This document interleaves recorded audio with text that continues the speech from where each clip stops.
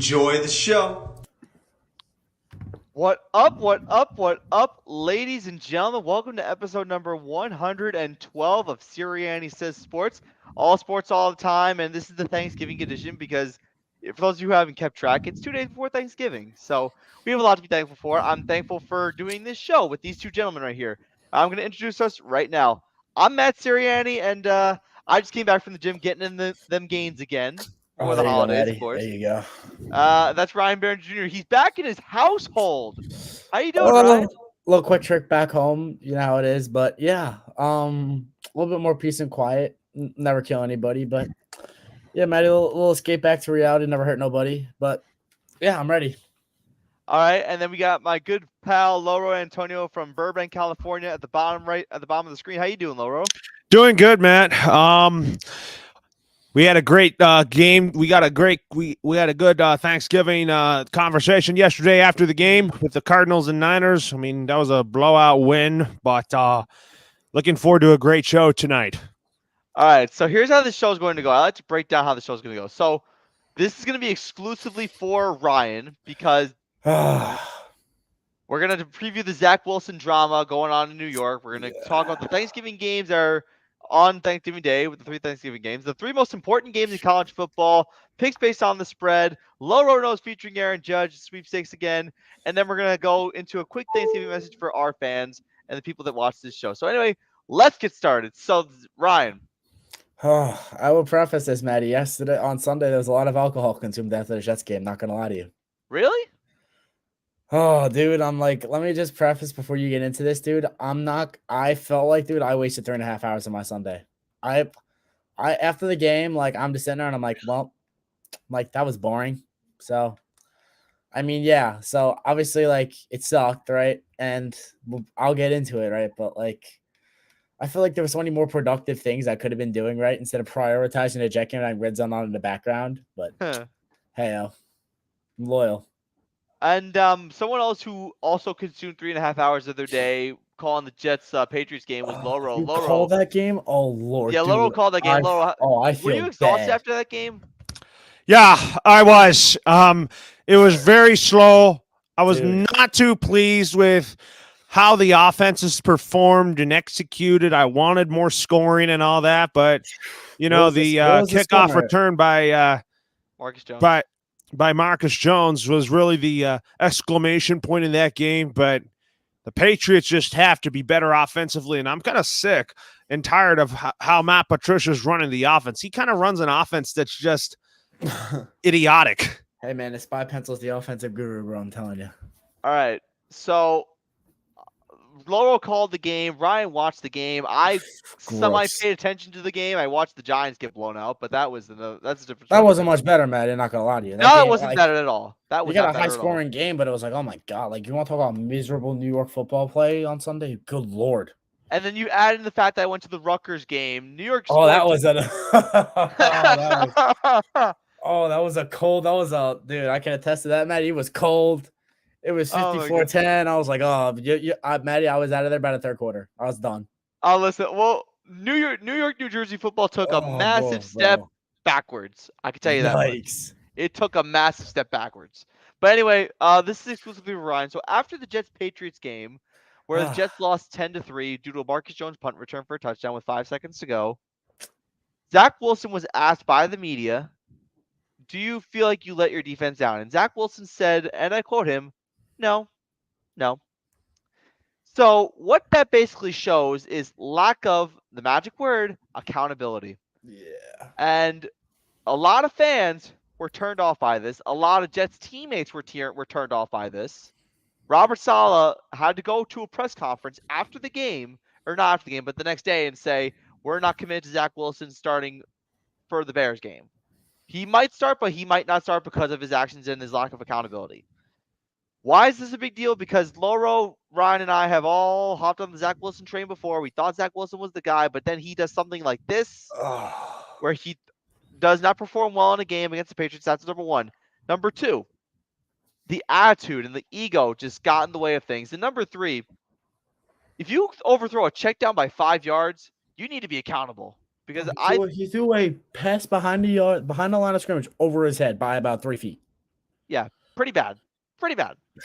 Bro, But like, I'm not gonna lie to you, dude. Like, and like, I'm just gonna say, we do not play sports. Like, I had my fair share of sports in high school. I know, Maddie, you did, Laura. I don't know, like, how much sports you played in high school, but, like, I'm not gonna lie to you, Maddie.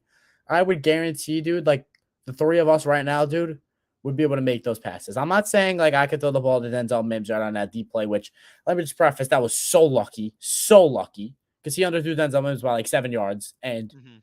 Denzel Mims came back and made a great play. But, like, a lot of these checkdowns, dude, that, like, we harp on, like, I know, like, and here's what it is. Like, when I harp on these professional athletes, like, I try not to, like, harp on them too much because I know myself I can't do what they do, right? So I just kind of, like, think to myself and I'm like, well, but, like, my other part is, like, you're a professional athlete, but, like, this week, dude, it was like the throws that this guy missed. And, like, the other thing, Maddie, that bothered me too about that press conference is not even about, like, the fact that, like, he said, like, about that he didn't feel like he didn't let the defense down. The other thing is, do you remember what he also said? What else He did he said, say? it's windy out there, guys. Like, I'm sorry. Like, noodle arm Mac Jones over there completed, what did he complete? 23 passes?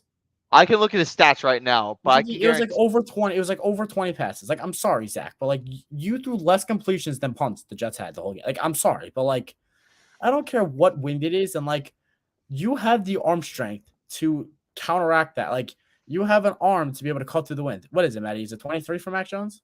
22 pass attempts. He completed 9 of them. No. I'm not saying for Zach. I'm saying for Mac.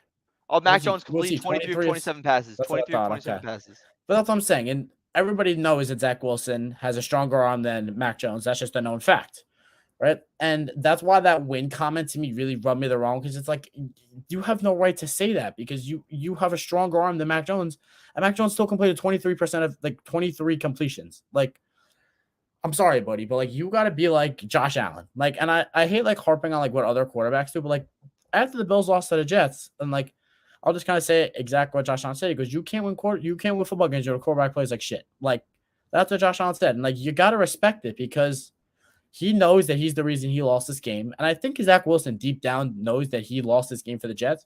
I think he's just too cocky to admit it.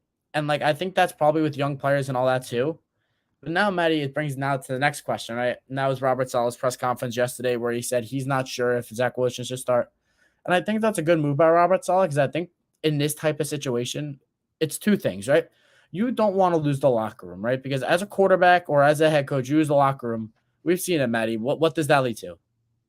You getting fired, failure. It's just clashing, butting heads, and, like, if you're Zach Wilson, dude, you do not want to start a war with these defense because let's face it, dude, they are 6-4 because of this defense.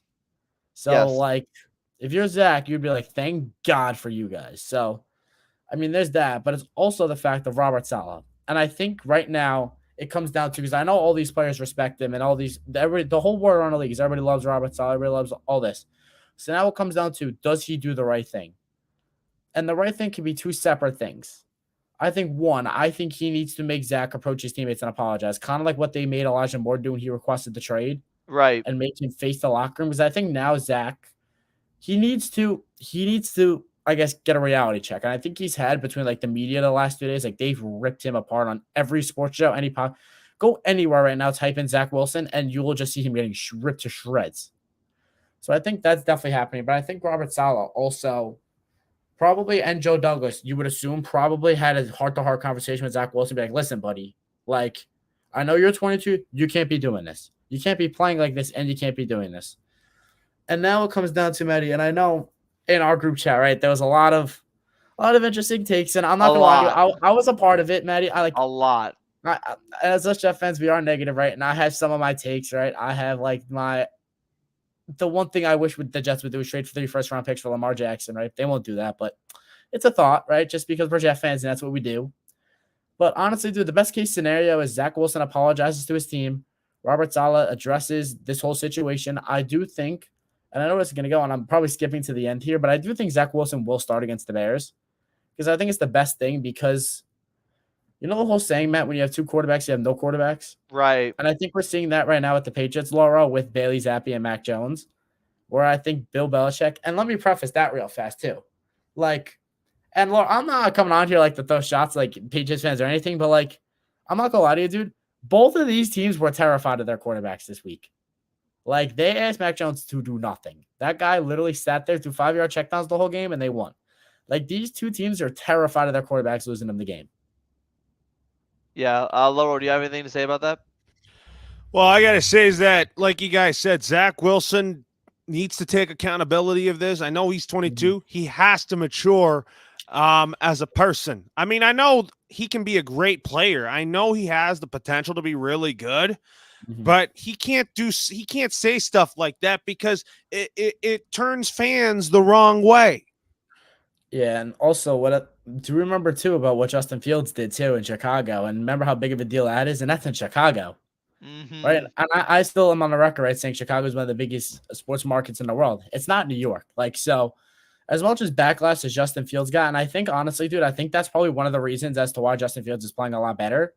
Because when he said that, Maddie, he actually started playing better ever since then. Because I think the fans got on him. He's like, all right, shoot, I actually gotta like perform now.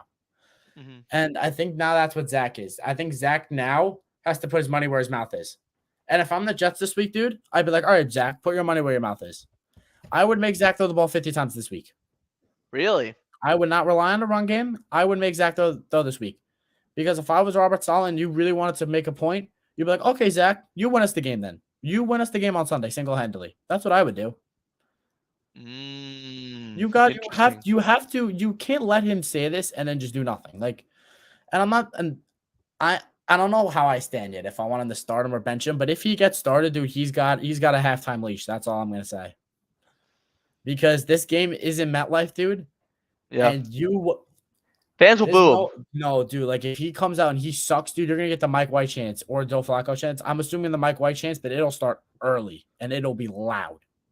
So, I mean, this is a big game for Zach. He's gonna hear it. He's gonna hear it.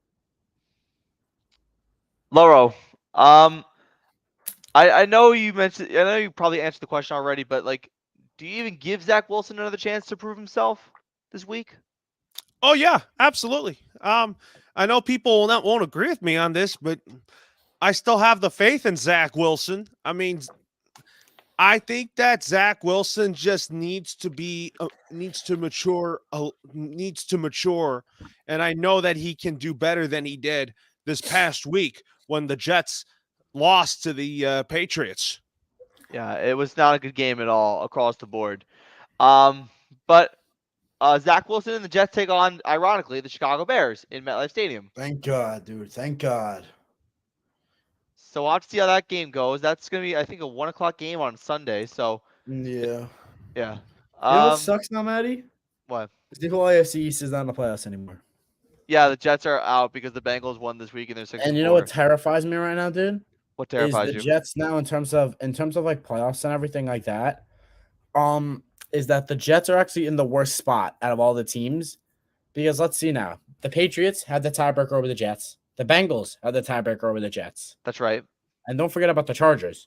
So the way I look at it is there's 4 teams competing for 2 spots. The Jets, the Bengals, the Patriots, and the Chargers. Right now, those 3 teams are 6-4. The Chargers are 5-5. And the only good thing is the Bengals schedule is hard. But now if the Jets are going to get in, dude, they got to be a game better than one of New England or Cincinnati. That's going to be hard. Which is difficult because I think both those teams get to 10 wins. Yeah. Although, Ryan, you're probably going to be sitting comfortably because you have this little theory that you mentioned in the group chat. And I told Lauro about 10 this. for 10. 10 for 10, baby. So, come on. So Lauro, I don't know if you're aware of this. Ryan's going to explain what's going on. There's this little thing going on in the coin media. We trust. The coin we trust. So, Ryan, explain to Lauro what's going on. So, Lauro, basically, there was this Jet fan on Twitter, and he did like this Jet season prediction thing with a coin. And he just flipped it 17 times, right? And it was like if it landed on heads, it was a win. If it landed on it was whatever it was, right? But he flipped it for every game, Lauro, and it has been 10 for 10. It had them losing to the Ravens, beating the Browns, losing to the Bengals, winning up until the Patriots, losing to the Pats, beating the Bills, losing to the Pats again. So it is a perfect 10 for 10.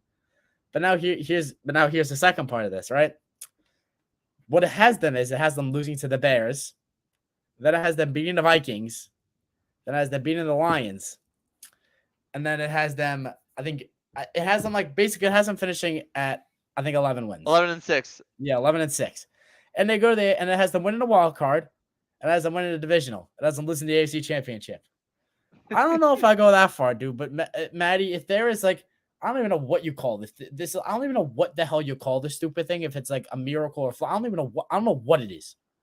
But like, if it's 10 for like, I'm not gonna lie to you, Maddie. Like, if they lose to the Bears this week, dude, I am all in on this coin. All in. I'm already all in because like, Maddie, it was hard for me to stomach this weekend, dude. I couldn't stomach it. I was sitting there. I was like, oh, dude, like their defense give up like. How do you score 3 points and lose? How? Well, let me tell you this. How do you have 2 yards of total offense in the second half? Two very valid questions, and I think those questions got asked to Zach Wilson, but I think he give you some cocky answer, be like, "Oh, it was windy, sorry, not acceptable." But I don't know, dude. Michael LaFleur and Zach Wilson really getting under my skin a little bit. Yes, Rutgers does play Maryland this week, and they are going to Maryland, and they're probably going to lose because Rutgers is terrible at football. But Lauro, what do you make of this whole coin thing? You look a little perplexed about this. It's insane. I think that fan was delusional, and I'm thinking like the Jets are rebuilding. It wasn't up to him, though. The Jets are still a rebuilding team to me. No, they're not. But no. Why do you say, Ryan, that they're not a rebuilding team?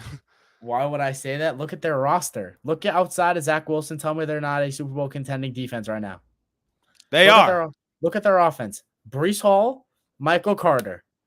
Their offensive line, people forget, is decimated. And I'm not saying that. No Becton. No George Fant. Both their starting tackles are out. Their backup tackle, Max Mitchell, is out. So they have George Fant, no Elijah Vera Tucker, no Nate Herbig, who is their backup guard. They have Connor McGovern, right? And then they have Laken Tomlinson. And then they have Obwehi. Tell me what his first name is. Can't really say his first name. It's exactly. hard. That's the point. Cedric. It's hard to say that, Ryan. Cedric Obwehi.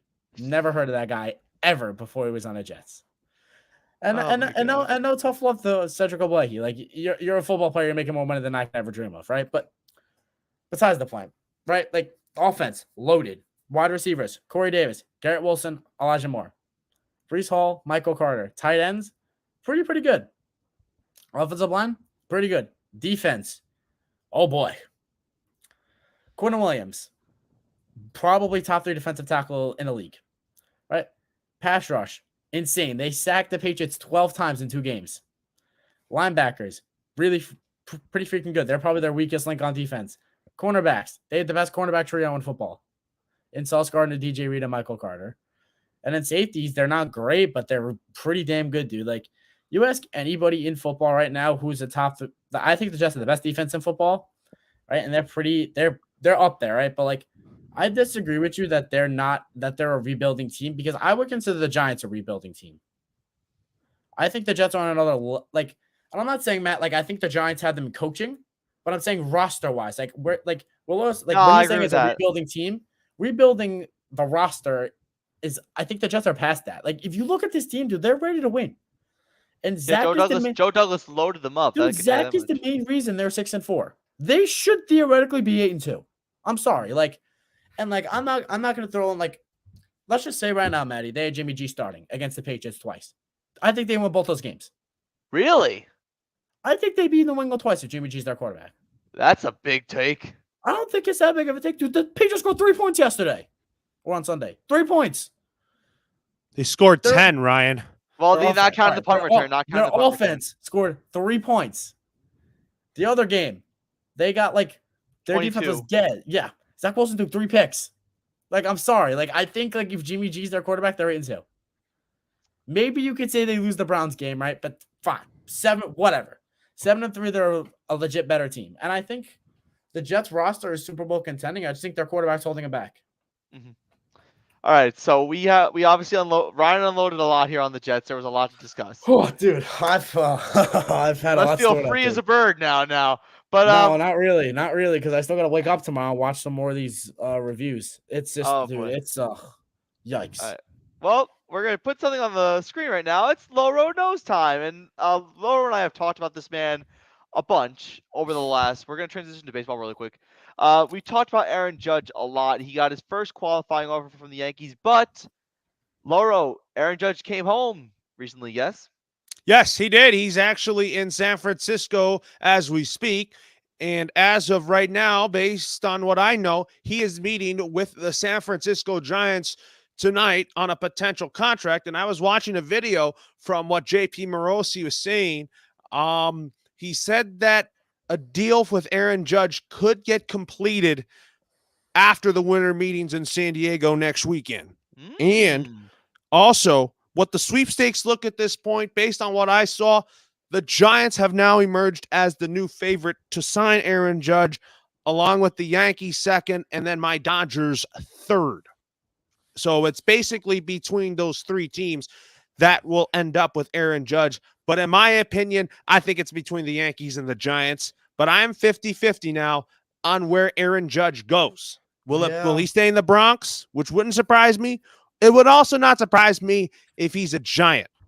Yeah, I'm not gonna lie to you. Like, it is kind of concerning to me that he actually went to San Diego. Not San Diego, San Francisco. Like, I think if Judge was so set on signing with the Yankees, I don't even think he makes the trip out there. Like, I understand his agent's probably saying, like, you got to listen to both offers, right? But as a Yankee fan, Maddie, and I know you probably feel the same way, it definitely doesn't feel good knowing that he's in San Francisco right now. No, it's not. You're definitely sitting there and you're like, ugh. You're like, ugh. So the first qualifying offer that Aaron Judge got from the Yankees was 8 years, $337 million. This is if what we see on Twitter is true. Yeah, that's not a bad offer, though. It's really not. If this is a true offer that Aaron Judge was offered, it's a fair offer. For those of you who are wondering, well, what's Judge going to make? Obviously, it's $42.125 million a year, which I think is really, really good. It's not $50 million a year, but it's pretty good. Well, because doesn't Mike Trout still make the most at 50? Yeah, I think Mike Trout's at $50 million AAV. I'm gonna look actually. Let's hear right now. Hold on. I'm pretty sure Mike Trout's at $50 million AAV. I think, yeah. But other than that, Loro, wouldn't you say that Aaron Judge's first offer that he got was fair? And if not, would you throw in another number like a 7 years, 350? What would you do? I think the first offer was fair, and I think he should accept it. But I think that the Giants might go a little higher than the Yankees because they have the money to do that and the leverage. Probably 8 years, $400 million, or 10 years, $500 million, which I predicted. 7, and then maybe 7 years, 350. The Giants could try to throw out money out there. My opinion on this take is that I think 7 years, 350 is perfect because if you look at, I had this conversation with a couple people that are big baseball people. Aaron Judge is 30 years old. Once you hit 30 years old, you start to decline. So that's really my thing with this whole Aaron Judge big money thing. I think he makes $400 million. The most he'll make is $400 million. And if he's going to get $50 million, it's going to be for like an 8-year contract because once you hit 38, you're basically rendered useless. So that's really my take on this whole Aaron Judge thing. It's either going to be 7 years, 350 that he'll accept or 8 years for $400 million. Well, that's my opinion. Laura, question. How many years did Freddie Freeman get last year from the Dodgers? It was 6 years, 150. And I was at age 32, right?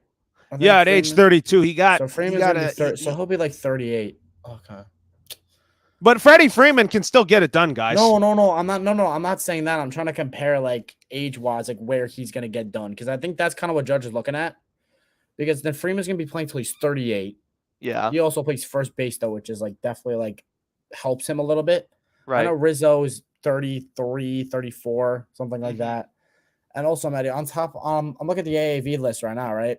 So actually, the most AAV player a year, which is like, so for all you don't know, AAV is like the amount average of money annual value. Yeah, per year, right? And Mike Trout is actually number 2. Max Scherzer is actually first with 43.3 million a year. That's Max Scherzer 30. Mike Trout 36, Garrett Cole 36, Correa 35, Strasburg 35, Rendon 35. So basically, if Aaron Judge accepts this offer, I think he's gonna want more than Scherzer. He's gonna want the most. I think he's gonna want to be the most high like AAV player in baseball. What was Scherzer's AAV again? 43.3. 43.3. So if you go up another 10 million on his contract, that would break Scherzer. I know. What is he making right now if he accepts that deal, AAV Uh, Maddie? 42.125. 42.125. Then that's not bad because that's almost 8 million more than Trout. Yeah. That's like over 6 million more than Mike Trout. But I think what's gonna kill him, dude, and I think right now, dude, which kind of sucks is like you get into this whole market value thing, right? And like I know like a lot of players try to one up everybody, even if they're not for the same position. But now you got dude, these are big name shortstops this year. They're gonna get a lot of freaking money. Like Carlos Correa this year is gonna get a lot of money. Trey Turner is gonna get a lot of money, right? The guy from the Braves is gonna get a lot of money. Right. Oh, what's his name? Whatever. Xander Bogaerts from the Red Sox gonna get a lot of money. Uh-huh. Like these guys gonna get a lot. Jacob DeGrom's gonna break the freaking bank. I mean, everything I've seen, Maddie, it seems like the Yankees are actually like our emerging guys are pretty good favorite to sign Jacob DeGrom.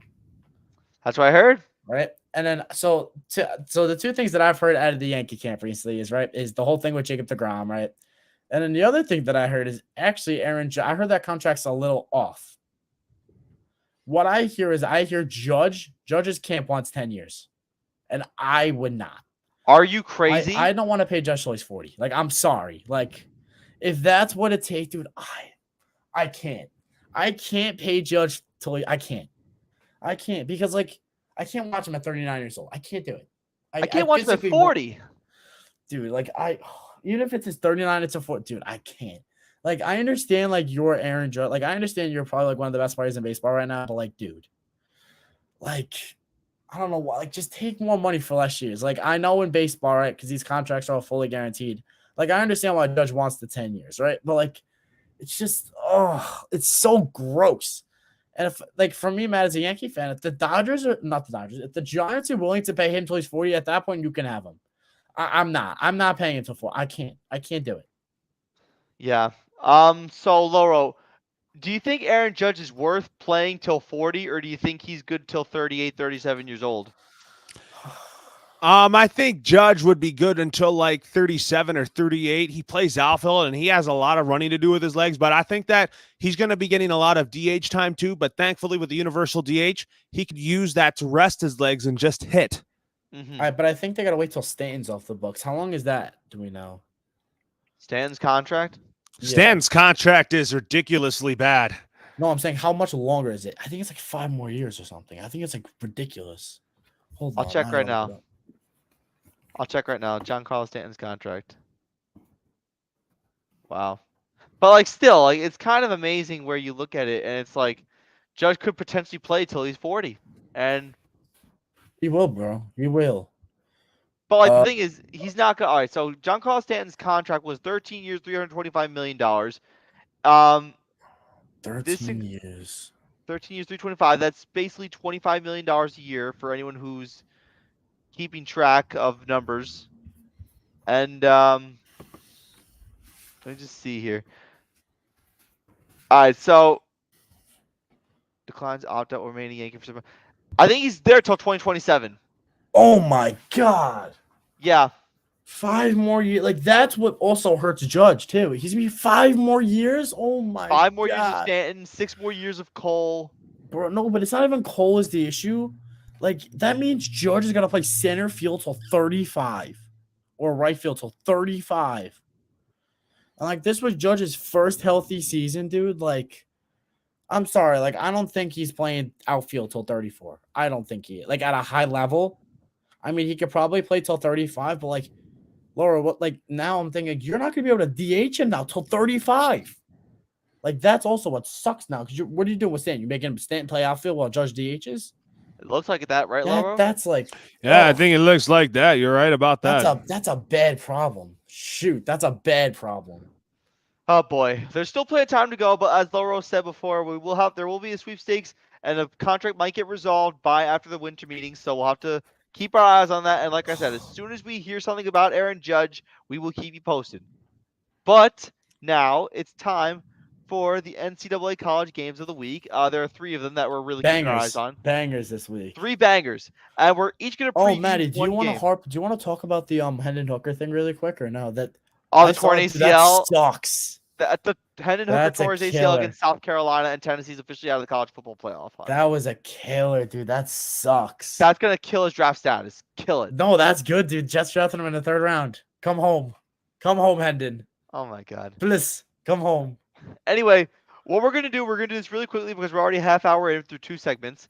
We're gonna quickly preview the 3 games that we each got. Well, Ryan, Laurel, and I each have 1 game. Ryan's got Ohio State, Michigan to preview. Laurel's got the Oh, Iron boy. Bowl to preview, and I got USC and Notre Dame to preview. So, Laurel, we're gonna start off with you. We're gonna skip Ryan. We're gonna go to you. What do you got for the Iron Bowl preview?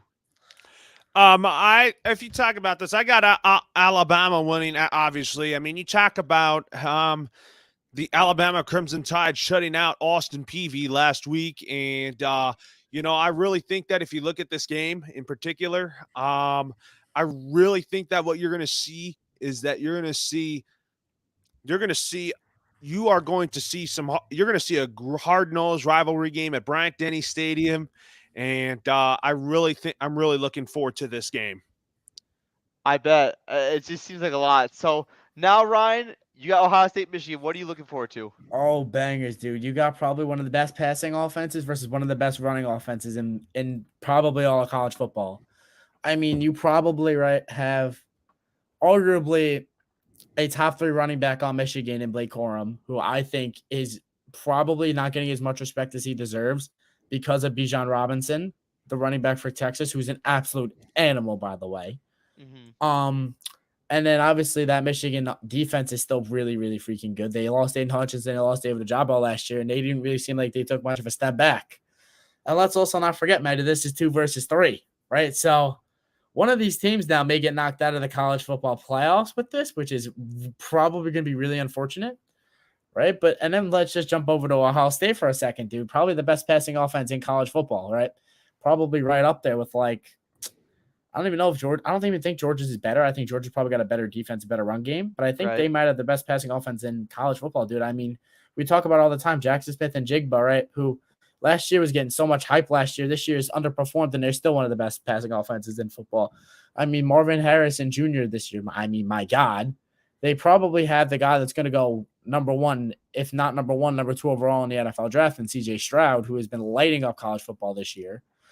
But yeah, dude, I think it's going to be, honestly, dude, it's going to be a shootout. It's going to be, when we look at these types of games, dude, these are really not usually defensive battles, dude. So I'm not going to lie to you. I think this is going to be around 80 points, maybe 90 points scored this game.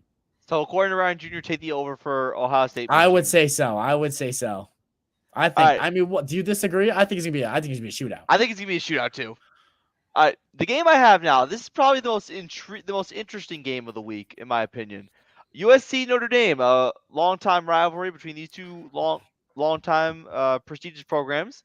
Mm-hmm. USC is one of the league's best offense. They've scored 43 points a game. They average 500 yards a game, 331 passing yards a game. Caleb Williams is probably the Heisman Trophy front runner after his performance against UCLA. He's been phenomenal. And you can make me argue that that's one of the best passing offenses in the country next to Ohio State. Yeah. Notre Dame urged to start the season 0-2. They didn't look good in the beginning, but Marcus Freeman has turned this Notre Dame program around after finally starting to get a grip on the job, and Notre Dame's ranked once again. So I honestly think that this is going to be a tough one. If USC wins this game, I think they get into the playoffs. I think they get into the playoff, but they got to win the Pac-12 title as well. So that's another thing. Because you got to remember, Ohio State and Michigan is the biggest thing in this week. Because whoever loses that game is out. That will give room for USC to jump in unless Georgia beats or unless LSU beats Georgia in the SEC championship game. But we'll talk about the SEC championship game next week because that's huge. But as far as this Notre Dame USC game goes, Notre Dame comes to play for this type of game. It's a big atmosphere. It's going to be in California, in USC. I think this whole thing, like USC playoff vibes surrounding them. The Pac-12 hasn't made a college football playoff berth since 2016 when Washington did it in 2016. So ultimately, there's just a lot going on with this USC Notre Dame game, and I think that the Lincoln Riley effect, dude. It's the Lincoln Riley effect. Exactly. He did it in Oklahoma, and now he's doing it here. One year, dude. He turned them into like you said, Maddie, one of the best offenses in college football. Oh, they're a juggernaut. It's insane. And I'm not saying Caleb Williams is the main. I'm not saying Lincoln Riley is the sole purpose. Caleb Williams is an animal. But like it's insane. It's amazing the turnaround that USC has had. They went from a run-up-the-middle football program to one of the best in the country. All right, now we're gonna get into the Thanksgiving previews. We're gonna stick with Laurel's gone for a second. So what we're gonna do is we're gonna go with the Thanksgiving preview. We're gonna preview the 3 Thanksgiving games Big in game, order. Maddie. Big game. Big, Uh-oh. big games, big games. I'm Don't scared. lose the Trayvon Diggs, dude. Don't lose the Trayvon Diggs. I don't want to lose to the most overrated corner in football. Dude, I'm not gonna lie to you though, Maddie.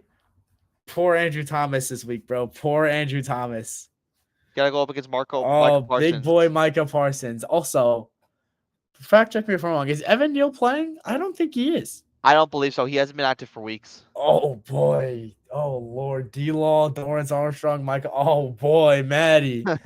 And then no Wandell. Oh my God, dude. Sterling Shepard better cook Trayvon this week, or you guys have no chance. It's gonna be tough. It's gonna be tough. All right. So what we're gonna do is we're gonna go in order based on the time of which the games are being played, and we're gonna preview the 3 Thanksgiving games. We're gonna start off with Ryan this time. He's got the Bills and Lions. What do you got, Ryan? Honestly, I thought it was going to be a bigger blowout for the Bills, but seeing how the Lions play last week, unfortunately, Maddie, against your Giants, right? Like, Right. the Giants couldn't stop their running game between DeAndre Swift and Jamal Williams. They couldn't stop them. Like what is it? I think they had 200 yards on the ground. It was like something ridiculous. They had like 200 yards on the ground. I think like 3 or 4 touchdowns. It was insane. Jamal Williams had 3 touchdowns by himself. Yeah. But they couldn't stop him. And I think that's the recipe. We saw the Jets do it to the Buffalo Bills, obviously, in the last quarter, the last drive of the game, when they literally ran it down their throat. And I think if the Lions are going to have one key to success, they got to keep the ground game going because you cannot let Von Miller break this game for you. I don't believe Tre'Davious White's going to be playing for the Buffalo Bills, but yeah, no, with their defense, dude, I mean, yeah, they had a good game against Aaron Rodgers, right? But they're still one of the worst defenses in football. You're going to have to outscore the Buffalo Bills, and I don't know how they're going to do it, dude, without controlling the clock and running the ball against this team. So I actually have it closer as I think. I still think the Bills win. Obviously, we'll get into a little bit more when I see these spreads. I actually haven't even looked yet, but I do definitely have the Bills winning. All right, fair enough, fair enough. Now we go to my game, which is the Giants to take on the Dallas Cowboys. How you feeling, Maddie? Not confident. Not confident. I was gonna whatsoever. say 2 bad weeks back to back against the Texans and then the Lions. Well, let me just tell you this. The Giants are coming off a week where they got their butts kicked by the Lions. Like you said, 4 rushing touchdowns, 3 by Jamal Williams. They couldn't stop the run. Daniel Jones turned the ball over twice in the season where he actually has been pretty decent limiting the turnovers. But last week he crashed back to reality. What needs to happen for the Giants is they need to use Saquon Barkley as much as they possibly can because they did not use Saquon a lot last week and they let Daniel Jones try to win the game on his own. And with the Giants receiving core the way it is, they lost Wan'Dale Robinson for the year with the torn ACL. Yeah, killer. They lost Adoree Jackson for 4 to 6 weeks with a knee injury. It's just going to be really tough defending that Cowboys receiving core, which is revamped.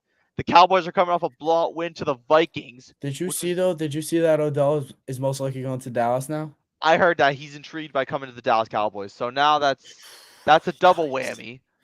If he goes there, CeeDee Lamb, Michael Gallup, Odell, Tony Pollard, Zeke Elliott. Also, by the way, can they freaking start Tony Pollard as their starting running back? Like, enough with Zeke, enough with him, enough with that guy. He's not good. He's not. He's really not. I think Tony Pollard's explosive. He's got game-breaking speed. You know what I'm saying? Like, they don't play him enough. And, like, I think last week you finally saw it. But, like, as a Giants fan, Matt, I think you should hope they keep feeding Zeke, dude, because that guy's terrible. Nah, Zeke is bad. Zeke is past his prime, if he even had one. Yeah. If he even had one. But ultimately, I got the Cowboys winning this game by 2 touchdowns. I just don't think the Giants are much? Yeah. It's in Jerry's world. It's on Thanksgiving. The Cowboys haven't won a Thanksgiving game since 2018. They've lost their last 3 Thanksgiving games. Was that the one? Wait, when did the Giants beat them on Thanksgiving? Was that 2017 or was that because I know they beat. It wasn't 2016. 2016 they didn't play them on Thanksgiving. I think it wasn't 2017 because the Giants were terrible that year. I can't remember the last time the Giants. You know what I'm talking about, right? I think. Yeah, I know what you're talking about. It's gonna be a tough one, but ultimately, if I had to say, like the Giants, it's been a long time since they beat the Cowboys on Thanksgiving Day. We're gonna get fact check right now. I am gonna fact check. Hold on. The Giants are just overmatched. Unless Saquon has a field day, I just don't have confidence in them this week. Um,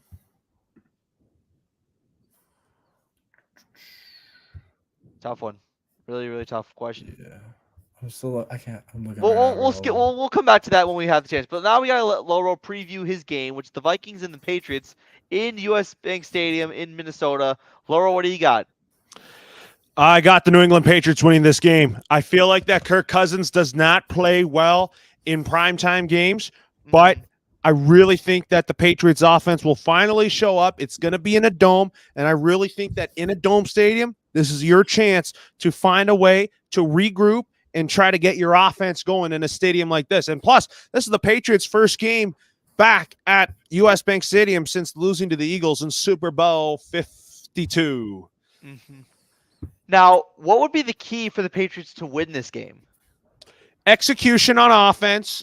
Also, you got to not be too conservative. Matt Patricia's got to be more aggressive on play calling. He has not been an aggressive play caller. And you also, I have no issues with the defense. I also think Mac Jones needs to get off to a quick start. Good point. Now, obviously, containing Justin Jefferson's got to be on your game plan too, right?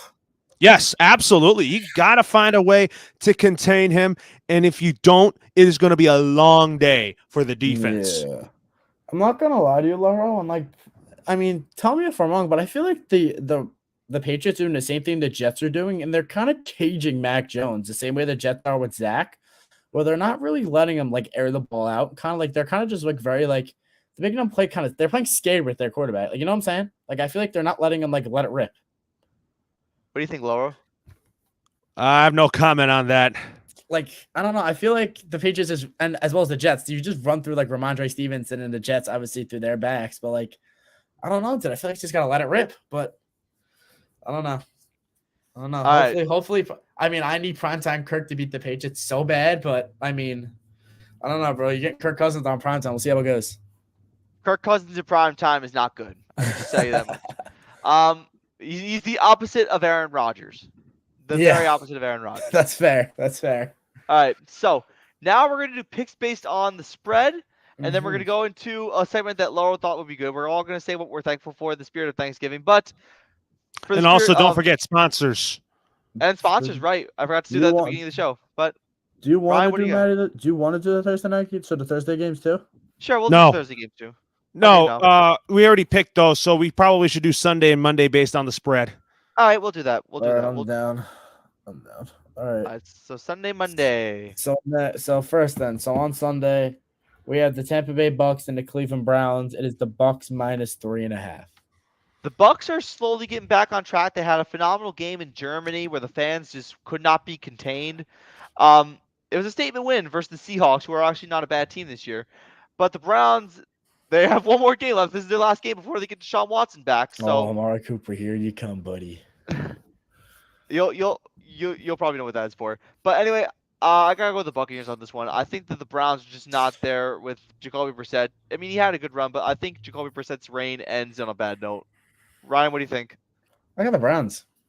Really? I do. I think the Bucks' one weakness is they can't stop the run, and I think actually in terms of the Browns, I think Matty, you're forgetting kind of that the Bucks' offensive line is still in shambles, and I don't know how the hell they think they're stopping Myles Garrett and Jadeveon Clowney.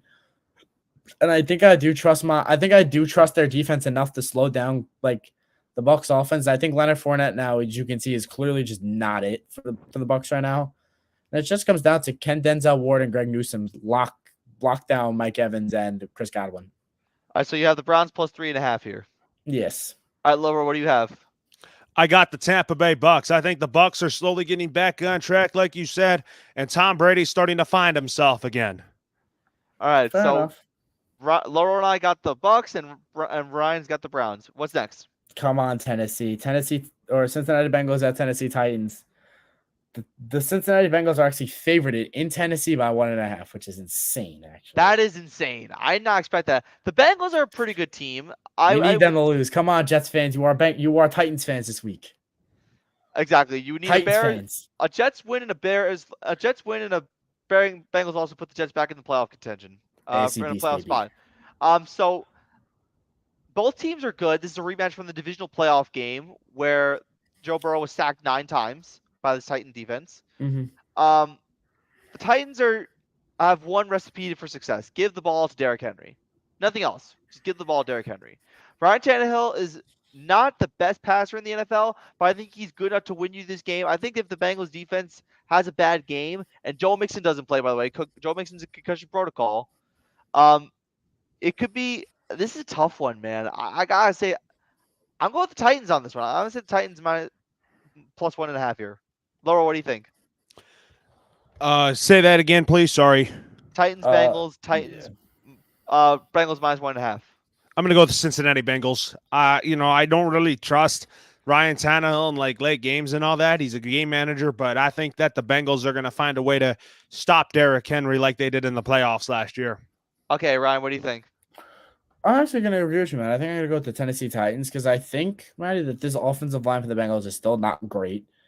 And we did see the news today that like pending like the results and everything, they're going to stick with their OC and Todd Downing, who's actually been pretty good for them recently. And let's forget, Jamar Chase is still not going to play. And like, let's face it, the Bengals almost lost to the Pittsburgh Steelers last week. So I mean, I think the Titans are a much better team than the Steelers. Right. And I think the Ryan Tannehill Kenny Pickett comparison is Ryan Tannehill is definitely better. I think Traylon Burks hopefully is starting to get back on track, and the rest of this Titan offense, dude. I mean, Derrick Henry seems like he's back. So I just think also DJ Reader is not playing for the Bengals, their best run stuffing defensive tackle. So I think this is going to be actually a very long day for the Bengals, getting grounded and pounded because we saw Najee actually do something last weekend against the Bengals. So I think this will be another big bruising back that's going to kill him. Okay.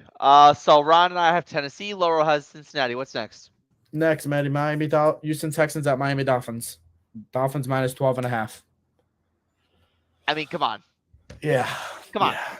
Come on. Right, Laurel? Come on. Yeah.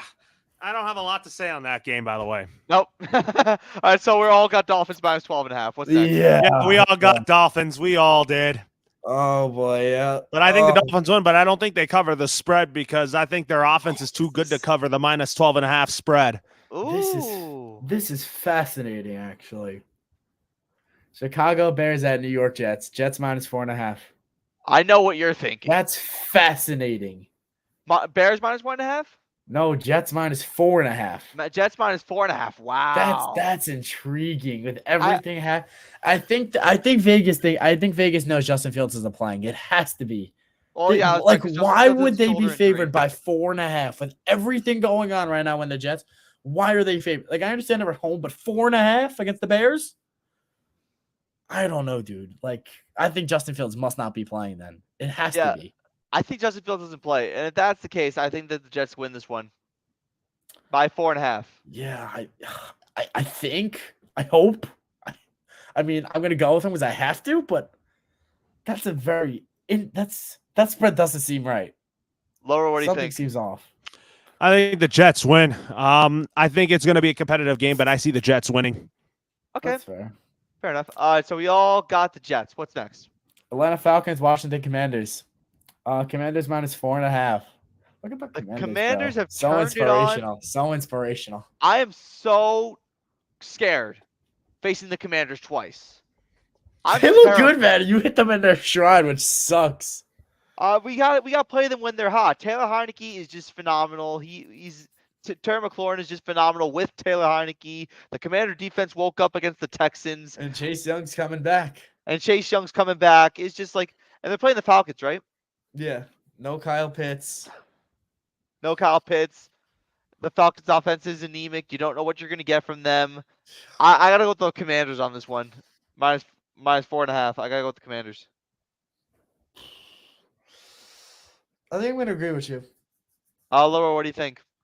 I'm going to go with the Commanders in this game. I just think that without Kyle Pitts, the Falcons offense is going to be a little bit shorthanded, but I think the Falcons offense can make it work with Drake London and Cordell Patterson. They don't use Kyle Pitts, and I would know firsthand. Morons. Yeah, because that's because he hasn't been fantasy. That's why. Morons. He's not calling you a moron. He's just calling the Falcons morons. Oh yeah, no, sorry. No. I was saying like their whole offensive system that they had one of the best pass catching tight ends in football. Whatever. All right, so we Good. all got we all got the Commanders. What's next? Yes. Next, Maddie. Denver Broncos, Carolina Panthers. Gross. Broncos -2.5.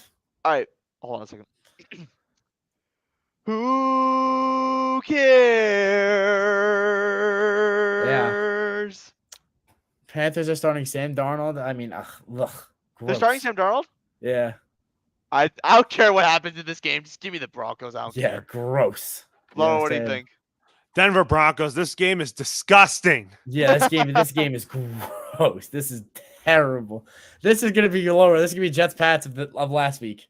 It might be Oh. because Denver can't even score Denver 20 can't or even score. 30 I know. points. I know. And then freaking Carolina's just disgusting too.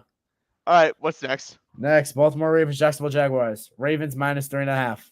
The Jaguars are not a terrible team. They just can't close out games. The Ravens are very, very suspect. They are very suspect. Huh. Because they beat the Panthers by 10 points, and it took them a while to actually score a touchdown. Don't worry, Maddie. Don't worry.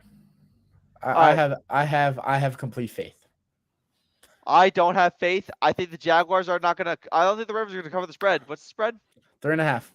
3.5 Baltimore. I'm gonna say the Jacksonville Jaguars make it a 3-point game. All right. I'm gonna go Baltimore. All right, Laura, what do you think? I'm going to go with the Ravens. I think the Jaguars are going to make it competitive, but I just don't think it'll be enough for them. All right. Oh, what's next? Chargers, Cardinals. Chargers -4.5. Come on, Kyler, please. If there's ever a time, come on, Jeff fans, root for Kyler. We're still waiting for Colt McCoy to lose the starting job. But for now, Colt McCoy is the starter. Oh, gross. We don't even know if that's the case yet. Colt McCoy looked awful in Mexico. Dude, the Chargers look good though. If They didn't look play good. the Chiefs, dude, their offense looks like they're back. They do look like they're back, and so does Joshua Palmer. But anyway, I gotta go with the Chargers on this one. What's the spread? 4.5 to the Chargers. 4.5 Chargers. I'm gonna take that. Yeah, I am too. Laura, what do you think? I'm going to go with the Chargers. I think they demolished the Arizona Cardinals. Demolish. Okay. Yeah, one. unfortunately. So we all got the Chargers. What's next? Next, Vegas Raiders, Seattle Seahawks. Seahawks -3.5. This smells blowout city. Dude, Vegas gotta win one, dude. They gotta win one. They did win one. That's fair. That's fair. They finally did get there. You're right. They did win one. They finally beat They beat the Broncos. That game was gross too, though. That was a bad game. That was a bad game. I feel like every Broncos game is just boring. All right. Oh. So in this one, I got the Seahawks winning easily. What's next? Ryan and Laura. What, the Seahawks blowing them out? I think Seattle blows them out. Really? Yes. Oh, I don't know about that. I don't know about that either because the Raiders can start out fast. I think I'm going to take the Raiders in this, that Maddie. they can choke take in the games Raiders? too. I think I'm going to take the Raiders +3.5. You're going to take the Raiders +3.5. Okay, Laura, what do you got? I do. I'm going to go with Ryan here. I want to see the Raiders have a turning point in this season. I know you don't, Matt. I'm going to pick the Raiders to beat the Seahawks just because I think that their turning point was that game-winning touchdown pass to Devontae Adams, and I'm like, the Raiders need to start getting hot right now, and I want to see them prove something to me. Okay, fair enough. And I love Josh, and that's the reason why I'm going for the Raiders. He's your boy. I love Josh. I just don't want – I don't care what people think about him and all that. All I want for him is to do well as a head coach. That's what I want out of him, but I just don't get why people think he's probably not the right hire. I'm like, look, Josh McDaniels can get some of the blame, but I'm not blaming it on entirely on him. That defense is terrible. That defense is terrible. All right, so I'm not blaming it on him because I know Josh is a really good play caller. Yeah. I mean, Laura, if I'm a Patriots fan, that's pretty funny because I actually have a Patriots fan friend myself, and he actually wants the Raiders to completely blow up shop because he wants Josh McDaniels back instead of Matt Patricia. So funny coming from you. I would like Josh McDaniels to still be a head coach. No. I'm saying funny for you though. Like funny coming from you as a Patriot fan wanting him to do well, because I know Patriot fans that want him to suck so he comes back to them because they can't stand Matt Patricia, as I know you can't either. Matt Patricia is a better defensive coach, but I know he can coach offensive line and all that. But I just think that Matt Patricia calling offensive plays is just flat out garbage. Yeah, I know. All right, so to recap, you guys got the Raiders, and I got the Seahawks. All right, what's next? Next, Maddie. Rams, Chiefs. Chiefs minus 14.5. And that game is gross. Good Lord. Good Lord. They really think without Cooper Kupp that they can't even score. And they might be right. And they really might be right. And they've used him a lot. Well, you know? Cooper Kupp's not even going to play, but like 14. They think they're going to put him by 15? I think so. Bro. I'll take that. It's a lot of points, but I think they could take it. That's a lot of points. That's a lot. You also got to take into account Matthew Stafford is banged up. So, no, Matthew Stafford's banged up. Cooper Kupp's banged up. They just waived Darrell Henderson Jr. I got a lot of points, dude. It doesn't feel right taking it because I feel like the Chiefs should win, but it just doesn't seem right. I'll take those 15 points. I think I'm going to have to as well, but like, it's just, ugh. Laura, what do you think? I'm going to go with the Chiefs. It's probably not even a contest here.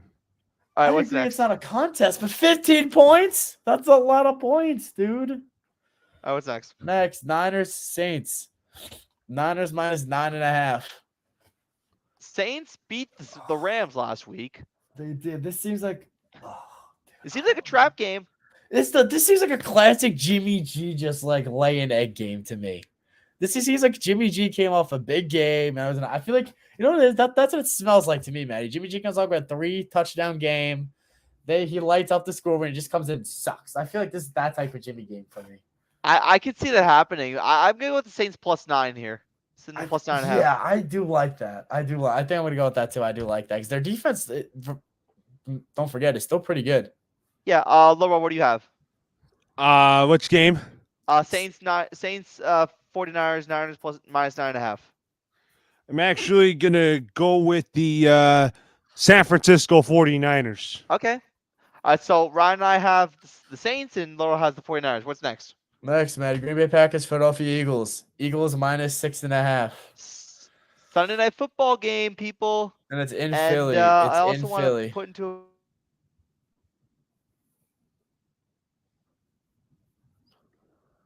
Oh, Matty is lagging. Nice. You're good. We're good? We're good? Okay, that was weird. Good. That was good. That was weird. All right, but anyway, I'm going to go with the Eagles here. I think the Eagles beat the Packers pretty handily. Ryan, what do you think? I think so, because I think the Eagles actually got the one thing that they were lacking, and I think like we literally saw them literally pick up 2 run-stuffing defensive tackles. I mean, it doesn't matter. It really kind of concerns me that they almost lost to the Fighting Jeff Saturdays on Sunday, right? But I mean, I don't know, dude. I think you still have to pick Philly, but it's definitely not as, I guess, convincing as I once thought it would be. All right, Laura, what do you think? I'm gonna go with the Philadelphia Eagles. All right, last game, and then we're gonna get into our sponsors. This is another disgusting. What a terrible Monday night game. The Pittsburgh Steelers versus the Fighting Jeff Saturdays. And Laura, if you don't know what that means, that's the Indianapolis Colts. But that's what I call them now, the Fighting Jeff Saturdays. But it is why do you call them that? Why? Just because it just seems like it's, I don't know. It's just a cool name because like it seems like the Notre Dame Fighting Irish, but like the Indianapolis Fighting Jeff Saturdays. It just sounds funny. It just sounds funny, yeah. They're fighting for Jeff Saturday, dude. It's just funny. What are the Fighting Jeff Saturdays favored by? They're actually favored by 2.5, which is if I was a Steelers fan, I'd be disgusted. I'm sorry, but like you have Mike Tomlin, and you're like, I understand it's in Indy, but like, dude, I think I'm not gonna sing "Who Cares," but I think this is a pretty important game for the Colts to actually stay relevant. I'm gonna say the Colts cover the 2.5-point spread and win by 3. Ryan, what do you think?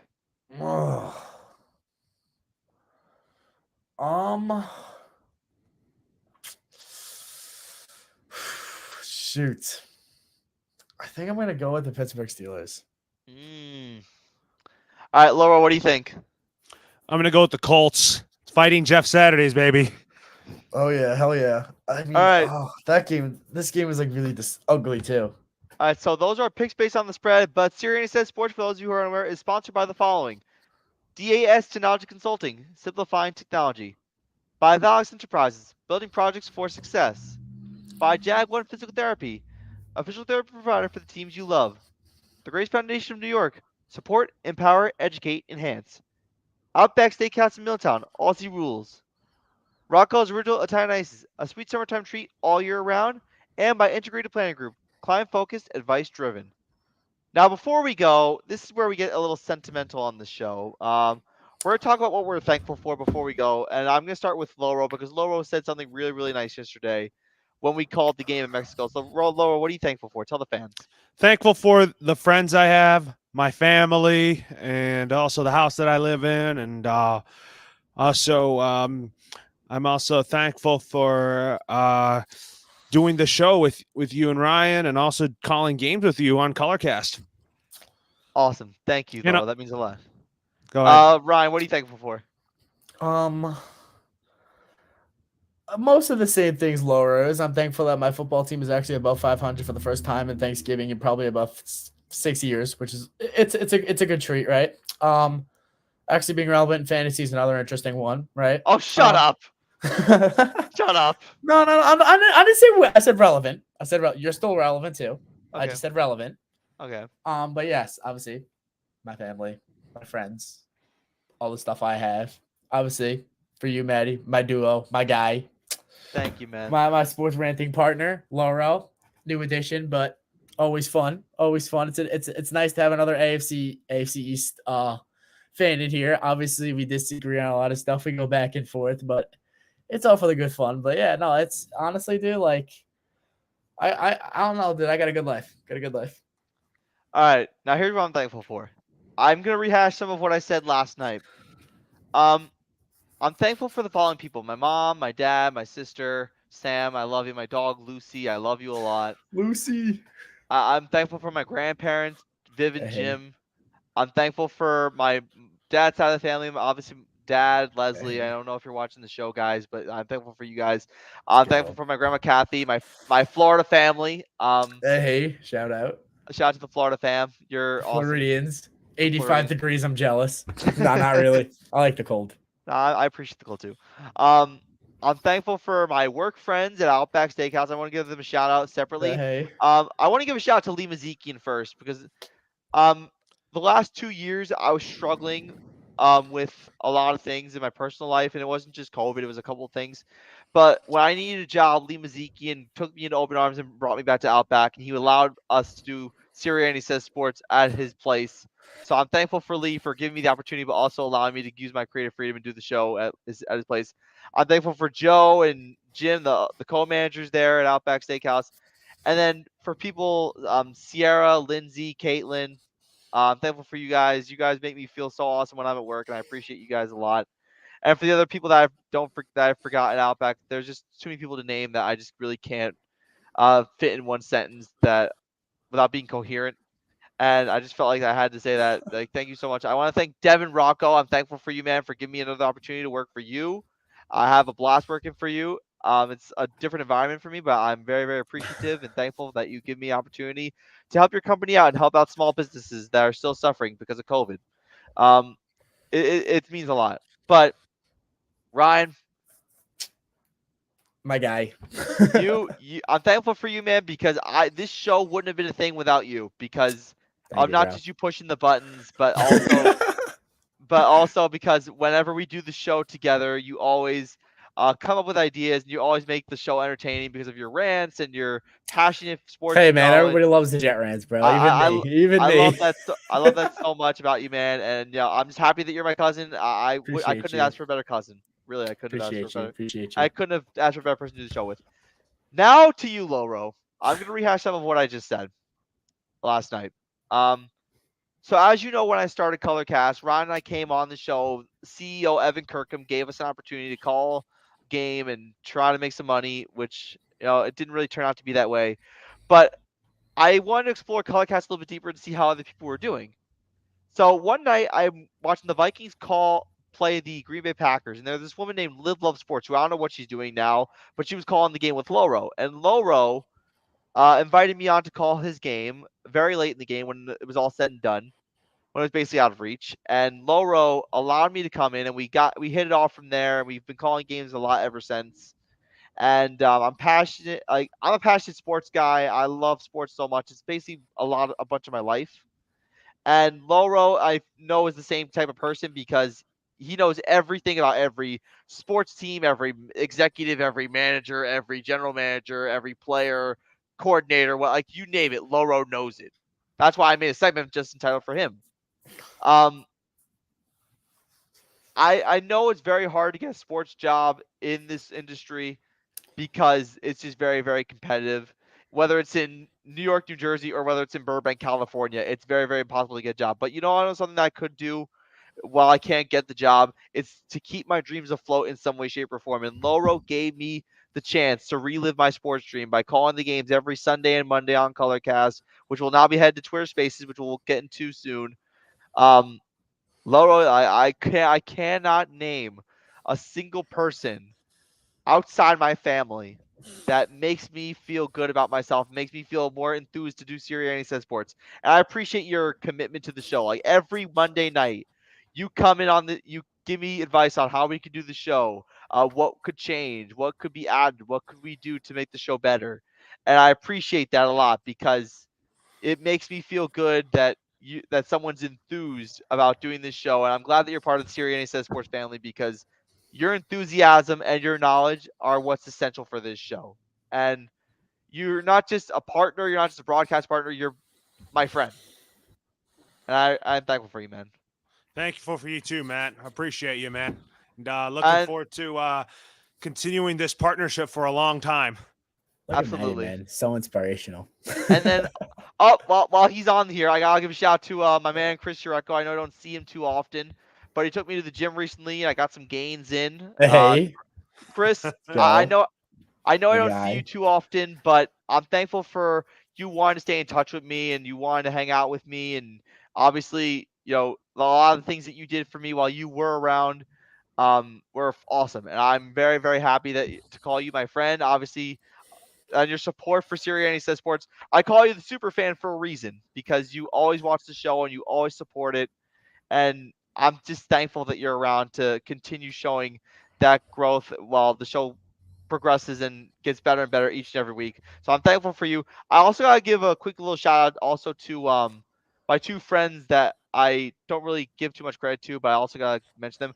James Hartman and Julio Bianchi. I don't know if you guys are watching this. You guys are probably out doing something important, but I don't really show as much appreciation as I probably should, but I'm thankful for the two of you because you guys always make me laugh and you guys always make me feel good about myself whenever I'm out and about.